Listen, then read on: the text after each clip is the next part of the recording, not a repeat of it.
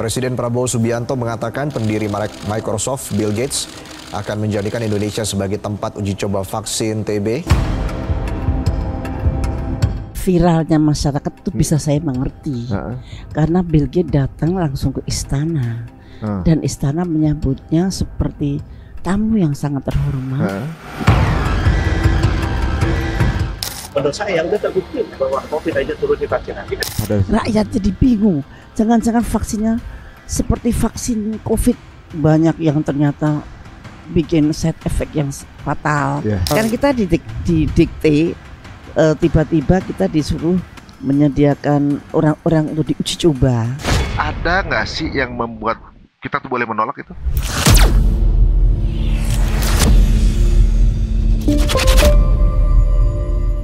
Bill Gates ke Indonesia, banyak masyarakat yang langsung bikin statement dan juga bikin postingan ketakutan mengenai apa yang bisa terjadi di Indonesia dengan kedatangan Bill Gates.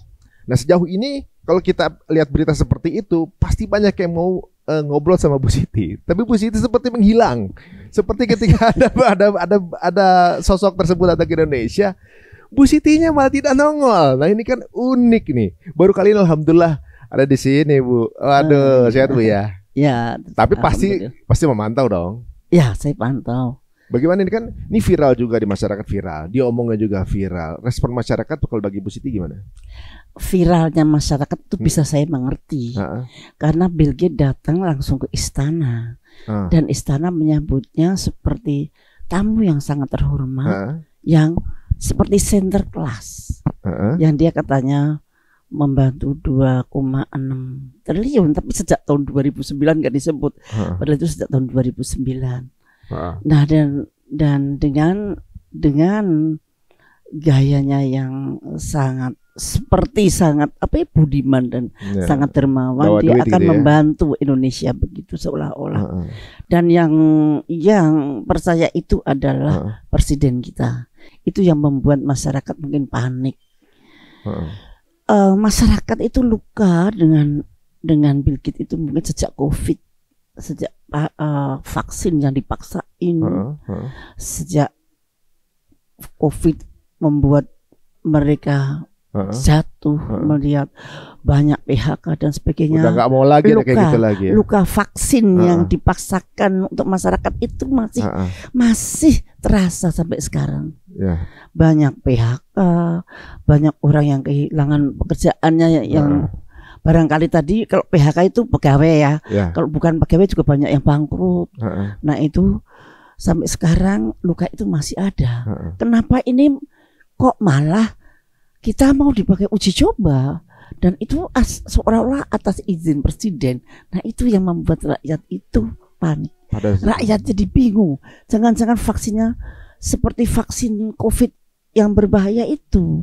Karena ada pasien COVID yang tidak berbahaya, ada pasien COVID yang dan sekarang sudah terbuka banget bahwa vaksin COVID yang mRNA itu banyak yang ternyata bikin side effect yang fatal. Nah, itu sekarang masyarakat itu bisa membuka apa itu namanya? Apa ini namanya? ChatGPT gitu ya. Bisa membuka berita dari sosmed itu dengan sangat bebasnya. Mereka bisa buka sosmed dari Amerika, dibuka dari mana-mana bisa.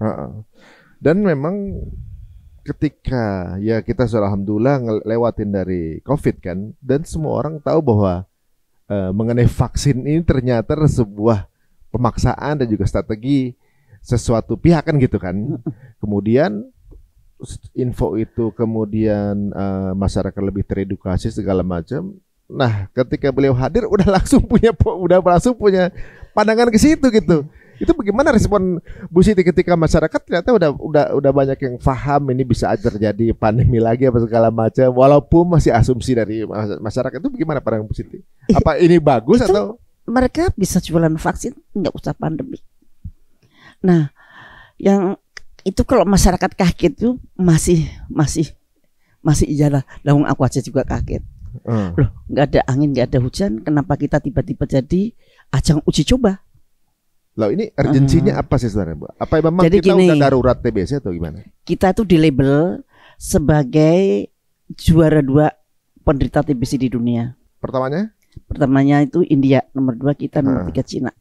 Kalau kita lihat yang juara itu semua adalah yang mempunyai kepadatan penduduk dan kemiskinan. Ada golongan kemiskinan. Misalkan di India kan ada tempat-tempat yang miskin banget. Jadi memang sebetulnya TB ini adalah di dalam population yang tidak biasa. Ada population yang penduduk yang sangat miskin, makanan tidak bergizi, rumahnya kecil diisi oleh orang banyak, tidak ada sinar matahari yang masuk, sehingga dia mudah untuk menderita penyakit tuberkulosa. Dan sebetulnya kita diklaim kita ada 1 juta orang yang sakit TBC. Ya, 1 juta orang, tapi di seluruh Indonesia loh. Andai kan kita bagi, kita tuh punya 500 kabupaten dan kota. Andai kan kabupaten kota kita itu ada 500. Andai kan pasiennya 1 juta, kira-kira setiap kabupaten berapa orang? 2.000 di tiap kabupaten ya. Nah, itu kalau dibagi pastinya paling banyak adalah di tempat yang miskin, yang gizinya kurang dan sebagainya. Nah, sebetulnya tidak ada incidence yang meningkat di dalam tuberkulosa ini. Nggak ada ini. Nggak ada. Makanya. Kemudian vaksin tuberkulosa untuk balita itu memang ada yang namanya BCG. Ini nggak ada hubungannya dengan vaksin yang akan diuji coba di tempat kita. Jadi memang pertanyaan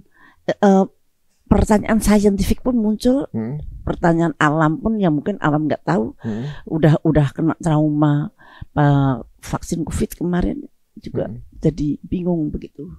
Kalau saya secara scientifically, lah kenapa sih kok ada vaksin untuk dewasa muda? Apakah ada peningkatan kasus dewasa muda? Saya belum pernah dengar. Tetapi kalau saya mendengar statement dari menteri kita pada waktu dia diwawancara oleh Rossi kalau nggak salah, atau kalau nggak salah loh ya, bahwa ada statement dari WHO bahwa dia itu menolong WHO untuk mengurangi jumlah penderita tuberkulosa. Kalau seorang menteri ingin menurunkan jumlah penderita tuberkulosa, seharusnya harus dikaji dulu bagaimana menurunkan penderita yang sudah ada kan. Nah, itu sebetulnya tidak dengan vaksin, tapi dengan eradikasi. Ini kata dokter ahlinya loh, Profesor Erlina Burhan. Jadi yang namanya tuberkulosa itu hanya 40% berhubungan dengan obat-obatan, yang 60% itu non medis. Non medis itu artinya perbaiki gizi, perbaiki environment, perbaikilah hal-hal itu, maka nanti TBC hilang sendiri.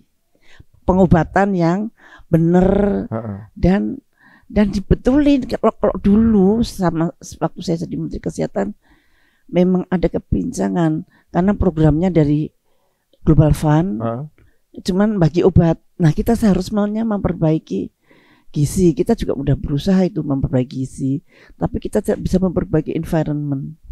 Environment itu misalkan rumah yang empet-empetan, satu rumah 4x5 diisi 7 orang. Itu bisa. Nah, kalau 2 orang menderita tuberkulosa pasti yang lain menular. Nah, orang-orang inilah yang seharusnya yang kita amati supaya tidak ketularan. Bagaimana caranya?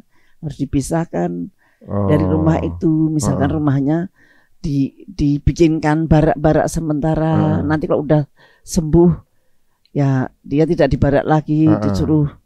Nah, ini mestinya kita harus punya cara sendiri gitu. Jangan didikte oleh Bill Gates gitu loh. Ini kan kita didikte, tiba-tiba kita disuruh menyediakan orang-orang untuk diuji coba. Berapa ribu itu katanya? 2.000 dari 20.000 kebutuhan dunia. Kita 2090 kalau nggak salah. 2090 itu, tapi yang lainnya itu di luar negeri, itu dari Afrika, negara kecil-kecil. Jadi sekarang sih kalau kita lihat ya, jika pun ada 1 juta misalnya pengidap TBC gitu, mungkin akan menjadi salah satu yang viral di bicarakan gitu ya, ibaratnya misalnya dari isu kesehatan yang terjadi di Indonesia yang miris misalnya gitu.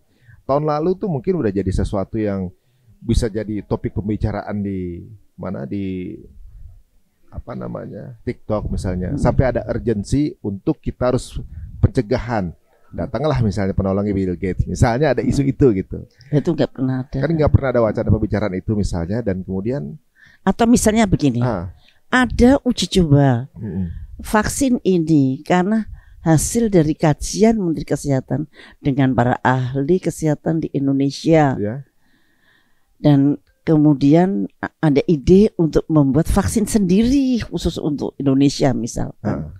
Bahkan nanti bisa dijual keluar ya nggak apa-apa. Nah itu kalau ide itu berasal dari Indonesia sendiri, ya monggo. Berarti berdasarkan kajian situasi dalam negeri, bukan karena kebutuhan Bill Gates yang ingin membuat vaksin untuk dijual ke seluruh dunia, gitu loh. Oh, jadi di sini bahwa Bill Gates datang ke Indonesia, dia punya kepentingan untuk membuat vaksin dan butuh kemudian uji coba yang dipakai orang Indonesia, begitu ya? Ya, sebagian, 10%-nya, karena dia butuhnya 20.000, Indonesia cuma 2.000, dan 2.000 ini lainnya itu ada di Afrika. Ini kalau ketika sudah mendapatkan hasil dan data itu, keuntungannya buat siapa? Maksudnya keuntungan siapa? Keuntungan kita bersama atau memang pihak tertentu? Nanti kalau itu cobanya udah selesai, tentu ada hasilnya, dan hasilnya itu menjadi legitimasi bahwa kalau hasilnya baik, menjadi legitimasi bahwa Indonesia juga cocok untuk pasarnya. Oh begitu ya. Jadi kita jadi pasar dari nanti vaksin itu. Jadi saya rasa masyarakat ini masih belum bisa move on dari terpukulnya ketika ya COVID itu serba nggak enak kan kita, kerja nggak bisa, banyak. Ya nanti juga begitu, semua dipaksa disuntikin. Karena kan nggak bisa disuntik Bu kalau nggak sakit, kan nggak boleh dong. Misalnya ada hak dia punya badan yang mau disuntik atau enggak? Nah seharusnya punya hak, karena tubuh kita kan punya kita ya. Apakah ada boleh dipaksa disuntik? Kalau seharusnya nggak boleh, karena tubuh kita itu kedaulatan kita sepenuhnya. Iya. Tapi ada hukum yang membuat kita tuh nggak punya kedaulatan terhadap badan kita. Ada itu? Ada hukumnya di Indonesia itu, yang makanya saya viral itu. Tolong dicabut mandatori vaksin itu. Sebetulnya kalau vaksin itu ada orang yang memang butuh vaksin, ada orang yang tidak perlu divaksin, dan ada orang yang tidak boleh divaksin. Itu ada kriteria, itu mestinya ada. Tetapi begitu ada program pemerintah semua harus divaksin, itu tidak berlaku lagi. Nggak ada informed consent. Seharusnya harus pakai informed consent. Kita punya hak. Saya mau divaksin apa tidak? Saya tidak mempunyai kewajiban untuk menjaga Anda supaya tidak sakit sehingga saya harus berkorban. Itu nggak ada sebetulnya kewajiban itu, nggak ada dasar hukumnya dimanapun juga di dunia. Jadi kamu harus suntik karena kamu nanti akan menulari. Nah, itu nggak ada ya? Nggak ada sebetulnya. Ini sebuah pola yang unik ya. Orang jadi bagaimana membuat supaya akhirnya jadi ada keharusan melakukan itu, karena kalau dalam agama kan juga kalau kita nggak ngelihat dia sakit, kalau dia nggak ngelihat dia memang punya gejala itu tuh nggak divonis sebagai seorang yang sakit sih sebenarnya kan.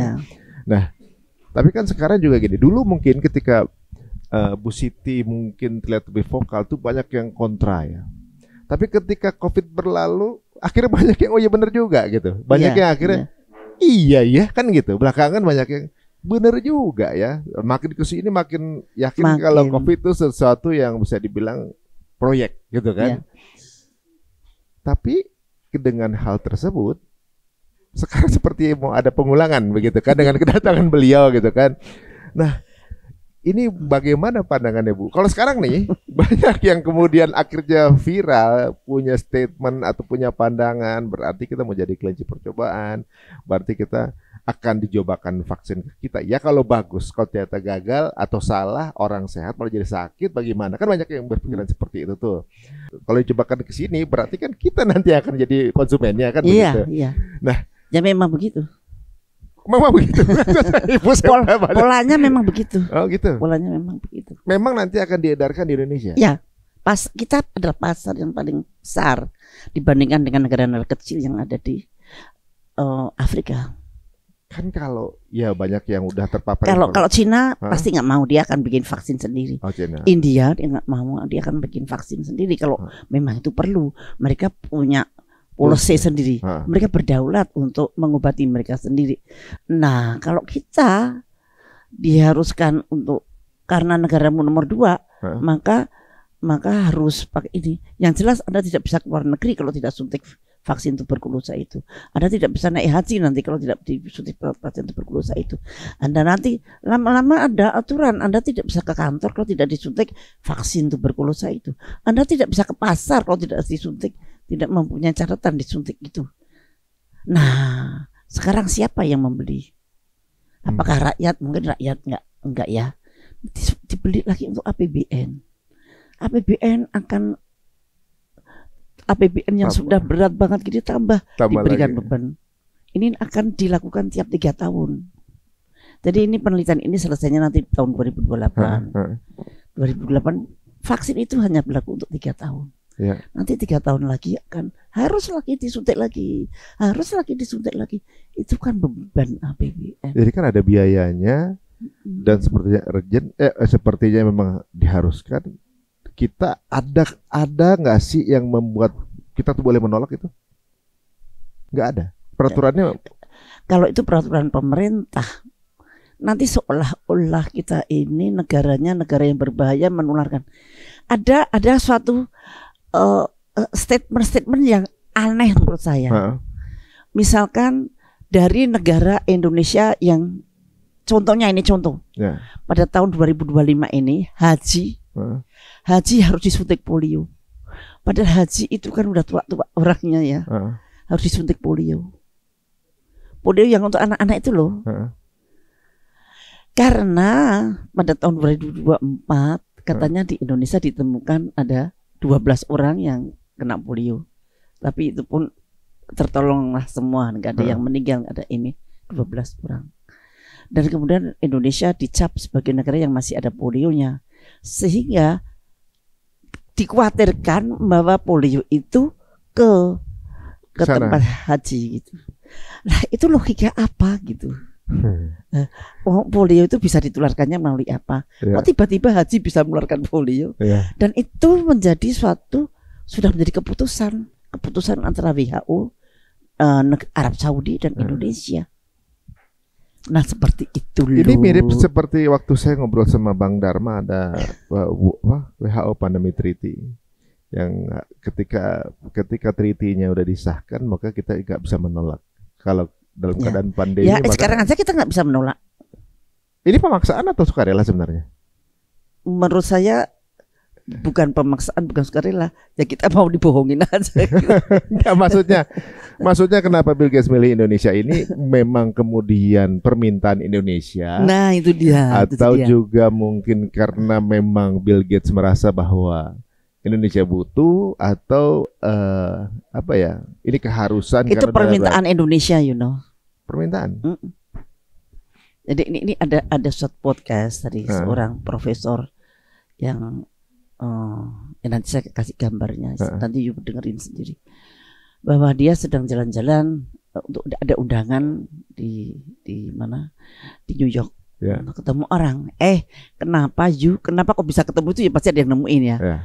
You kenapa meneliti vaksin tuberkulosa, kenapa di Australia, di Afrika, padahal negara saya banyak loh TB-nya, lebih banyak daripada Afrika. Itu yang ngomong siapa? Kenapa nggak di negara saya aja? Nah, negara kamu susah kalau mau apply riset, misalnya apply penelitian. Kalau di Afrika proseduralnya lebih mudah. Nah, terus si profesor itu bilang enggak, gampang kalau Anda melalui Kemenkes. Dan ternyata kemudian melalui Kemenkes, melalui Badan POM, maka itu masuk. Nah itu ternyata, dan itu kenapa kok profesor ada yang kepengen begitu, karena itu untuk privilege profesor sangat tinggi. Profesor kita itu sebetulnya kan harus meneliti terus, tapi tidak ada dana untuk penelitian. Nah ini ada dana penelitian yang besar, dan kemudian nanti dia bisa menulis laporan penelitiannya, dia jadi peneliti yang handal di dalam bidang tuberkulosa di dunia gitu loh. Validasi juga ini. Gitu. Butuh Jadi validasi. untuk dia tidak memikirkan dampak politiknya, dampak ekonomik untuk bangsa dan negara gitu, dia nggak memikirkan gitu. Jadi apakah itu betul dari profesor itu, apakah karena Bill Gates sudah meng-approach menteri kesehatannya, kita nggak tahu. Tapi yang jelas mereka memang berkepentingan untuk melakukan uji coba di Indonesia, kan keuntungannya banyak sekali. Orang Indonesia ada 200 juta ya, jadi ada mungkin dari sisi pandang bisnis juga. Sekarang berapa sih ongkos meneliti 2.000 orang? Nanti ketutup dengan kalau mereka bisa menjual vaksin itu di sini. Yang celaka sih Pak, rakyatnya dipaksa disuntikin itu. Iya, benar juga. Nah kan uniknya gini, kita kemarin ada investasi luar negeri yang masuk ke Indonesia itu kemudian tercancel dikarenakan terhambat dengan banyaknya ormas. Banyaknya ormas itu kemudian membutuhkan birokrasi yang lebih dari birokrasi legal gitu. Nah, kenapa untuk kebijakan vaksin ini nggak ada ormas yang ngalangin? Maksudnya lewat gua dulu. Gitu ya, lewat gua dulu. Kok kayak gini malah nggak, kan itu investasi itu langsung nggak jadi, padahal itu punya potensi keuntungan yang besar buat negara gitu ya.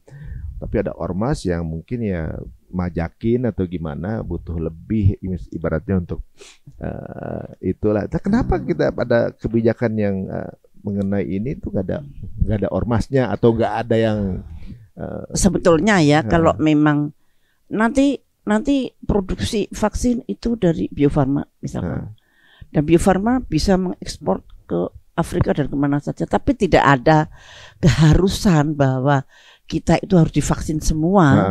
Nah itu mungkin masih manusiawi ya. Tapi kalau nanti kita menjadi pasarnya juga, dan kemudian ada kebijakan-kebijakan yang memaksa bahwa semua harus divaksin, nah itu yang kita prihatinkan. Jadi ini terjadi suatu pembelokan, bukan kudeta dari ilmu kedokteran.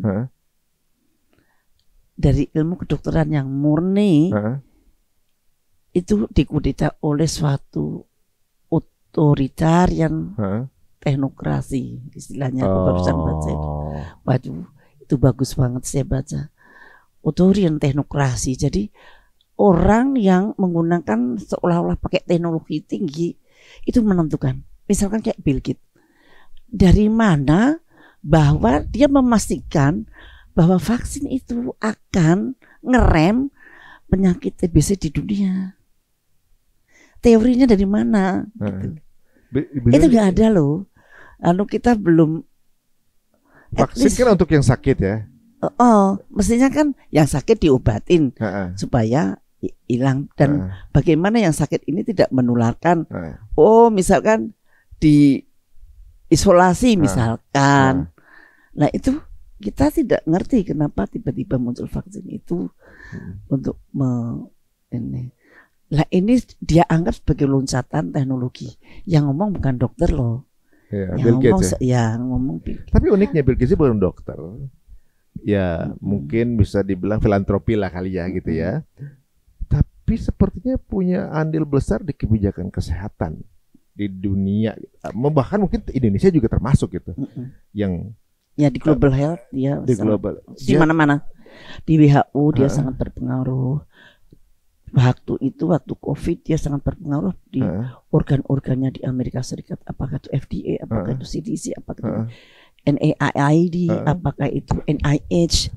Nah itu semua sangat terpengaruh sama Bill Gates. Nah, pinternya Bill Gates dia tidak pernah menaruh namanya itu ada di situ.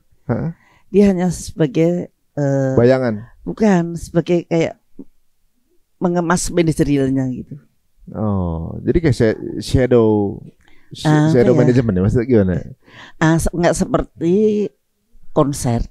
Terus itu yang main orang, yang gini-giniin, kalau sana bunyi itu apa namanya, dirijennya. Dirjen Oh, dia yang konser. ngatur ya? Ya, dia ngatur. Sutradaranya lah ya? Sutradaranya. Oh. Ya, saya nggak tahu apakah dia sendirian, apakah dia dalam satu tim ya, tapi memang luar biasa di dalam mengorganize segala kekuatan itu untuk kepentingan sesuatu. Itu. Ya walaupun begini kan zaman sekarang zaman informasi itu mudah diakses kan ya. Dan masyarakat juga udah mulai banyak yang pinter gitu ya, udah teredukasi gitu. Ibaratnya mengetahui Bill Gates di dunia kesehatan itu nggak sebuta dulu. Sekarang orang udah dengan COVID, dengan segala macam tahu siapa yang berada di belakang vaksin, di belakang COVID, orang udah pada tahu gitu. Dan sebenarnya nggak bisa ngumpet-ngumpet banget kalau zaman sekarang, karena akses data itu kan lebih mudah sekarang itu kan. Dan jika melakukan kesalahan itu kan mudah banget terdeteksi sebenarnya. Nah, ketika tadi Ibu bilang, ketika kemudian dari hasilnya negara kita produknya harus vaksin, terus berarti kita nggak boleh nolak gitu misalnya kan tadi. Itu kan kayak semacam balik kepada zaman-zaman ke gaya-gaya imperialisme jadi jatuhnya kan. Kita kayak apa namanya nggak bisa punya kedaulatan akan diri sendiri untuk menentukan apakah saya dimasukkan cairan itu, saya nggak setuju. Nanti kamu sakit ya? Oh, sakit urusan saya. Biarin gitu. Misalnya gitu. Biarin. Misalkan gitu. Misalnya kayak gitu, sakit urusan saya gitu. Dan kalau kamu nggak mau dimasukin, kamu masuk penjara gitu. Atau kamu akan nggak dapat akses. Itu sebenarnya sedikit pemaksaan, tuh. Soft imperialism lah ibaratnya kalau kayak gitu. Sepakat Bu kayak gitu. Itu kan berarti ada pemaksaan. Itu ada di luar hak asasi manusia. Ada undang-undangnya. Ada di undang-undang Omnibus Law. Coba baca pasal 446. Itu tentang 466 apa 446 ya, tolong dicari, bahwa kalau Anda tidak mengikuti pemerintah, misalkan pemerintah semua orang, karena ada semua orang harus suntik vaksin ini misalkan, katanya Satpol PP pun akan dikerahkan sampai ke RT gitu katanya, untuk mengejar semua orang harus disuntik. Terus you nggak mau karena aku ada kontraindikasi, saya nggak mau. Nah, itu dianggap ngalang-halangi, melanggar hukum. Maka Anda bisa dipidana atau didenda 500 juta. Wow, cuma gara-gara nggak merelakan dirinya untuk dimasuki cairan itu. Wah, ini kalau misalnya sekarang nih, misalnya Ibu Siti boleh ngasih masukan pendapat ke pemerintah, ini misalnya ya, daripada pakai vaksin ini untuk menanggulangi TBC, mestinya begini saja. Mestinya begini. Apa itu Bu? Nah itu kalau pemerintah bisa mendengarkan begitu ya luar biasa. Nah mestinya gimana? Ada opsi lain nggak selain vaksin itu? Misalnya? Ada. Apa tuh? Itu memperbaiki gizi. Pasien-pasien itu dikumpulin. Cuman 1 juta dari 300 juta kita. Seper-300 kan cuma 1 dari 300 orang itu kita betul-betul kita fokus ke sana. Cuma ngurusin 1 juta orang. Bagaimana mereka bisa menularkan? Seperti semi isolasi misalkan. Tapi dikasih gizi yang enak, dikasih ini, dikasihlah seperti ngopenin stunting, seperti ngopenin makan bergizi gratis. Itu kan juga berapa ratus triliun, berapa puluh triliun. Kalau itu mungkin nggak nyampe 10 triliun, mungkin 1 triliun juga nggak nyampe. Untuk 1 juta orang, lebih murah, bergizi, kasih gizi yang baik, kasih obat yang baik, diteliti dengan baik supaya obatnya dimakan dan kemudian dicek lagi. Nah itu bisa dalam setahun 2 tahun bisa berkurang separuhnya kali. Itu ada opsi, itu opsi lain jadi sebenarnya. Ya. Tapi kira-kira udah ada yang ngasih masukan belum ya ke presiden kayak gitu?